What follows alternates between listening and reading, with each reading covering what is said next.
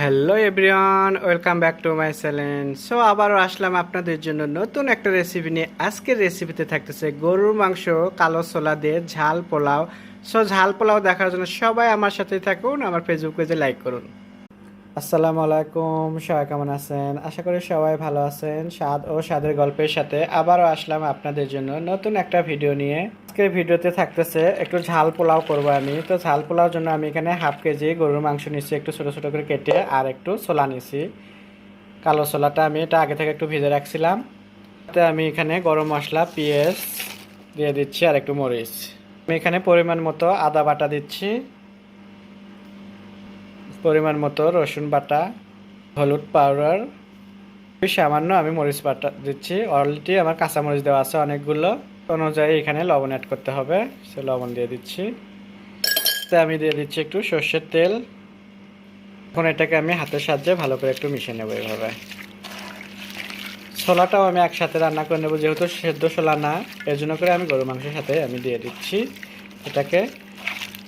আর এটা খুবই ভালো করে আমি মেখে নিচ্ছি, আর হাত ধুয়ে একটু পানি অল্প করে দিলাম। এখন আমি যাচ্ছি এটা চুলায় বসে দিব। আসলাম চুলোতে, আমি এখন এটা চুলোতে বসে দিলাম, দিয়ে ঢাকনা দিয়ে এখন আমি এটাকে একটু 20 মিনিটের মতো রান্না করে নেবো। এই ফাঁকে এটার জন্য চালটাকে আমি রেডি করে নেবো। তো মাংস দেখতে পাচ্ছেন তেলের উপর উঠে গেছে। তো আমি একটু এটাকে ভালো করে কষায় নিলাম, যেহেতু মশলাগুলো আমি কষায় নিয়ে একসাথে দিলাম, তো সেই ক্ষেত্রে আমি এটাকে ভালো করে কষে নিচ্ছি। এখন আমি এখানে একটু সিদ্ধ হওয়ার জন্য গরম পানি দেবো, দিচ্ছি গরম পানি। পানিটা দিয়ে আমি এটাকে 50% রান্না করে নেব, মাংসটা যেন 50% সেদ্ধ হয়ে যায়। তারপরে আমি তখন চাউলটা অ্যাড করে দেবো। শুধু ঢাকনা দিয়ে ঢেকে রাখলেই হবে না, এটাকে একটু মাঝে মাঝে কিন্তু একটু নাড়াচাড়া দিতে হবে। এমন নাড়াচাড়া দিয়ে দিচ্ছি মাঝে মধ্যে। আর এই ফাঁকে আমি চাউলটাও নিয়ে নিলাম। এখানে এখানে দেখতে পাচ্ছেন একটা পাইপে আমি চাল নিচ্ছি, এখানে হাফ কেজি চাল। এটাকে আমি এখন একটু ভালো করে ভেজে নেব।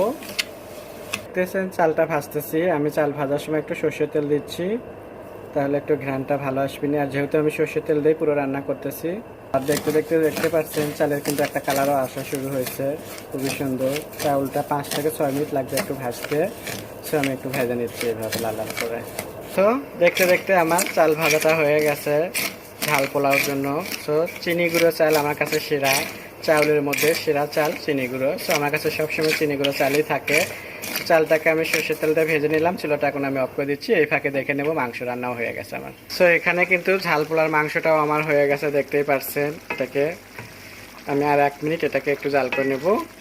তো মাংসটাও আমার রান্না হয়ে গেল। এখন আমি এখানে চালটা অ্যাড করে দিচ্ছি, যে আমি ভেজে রাখছিলাম যে চালটা, ওটাকে আমি অ্যাড করে দিচ্ছি। বিসমিল্লাহ। চালটা দিয়ে ভালো করে মাংসের সাথে এইভাবে নাড়াচাড়া দিয়ে মিশিয়ে নেবেন।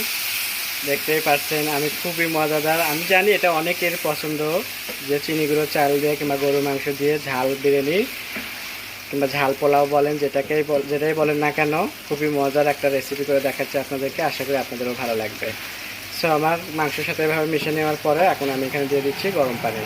আমি এখানে পরিমাণ মতো গরম পানি দিয়ে দিচ্ছি। এখন এটাকে ভালো করে আমি পানির সাথে মিশিয়ে নেব এভাবে।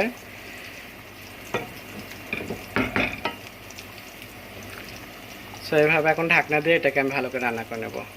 সো দেখতে দেখতে আমার ঝাল পোলাওর পানি কিন্তু টেনে নেছে। এখন আমি এটাকে একটু ভাপে রেখে দেবো অল্প আছে 15 মিনিটের জন্য।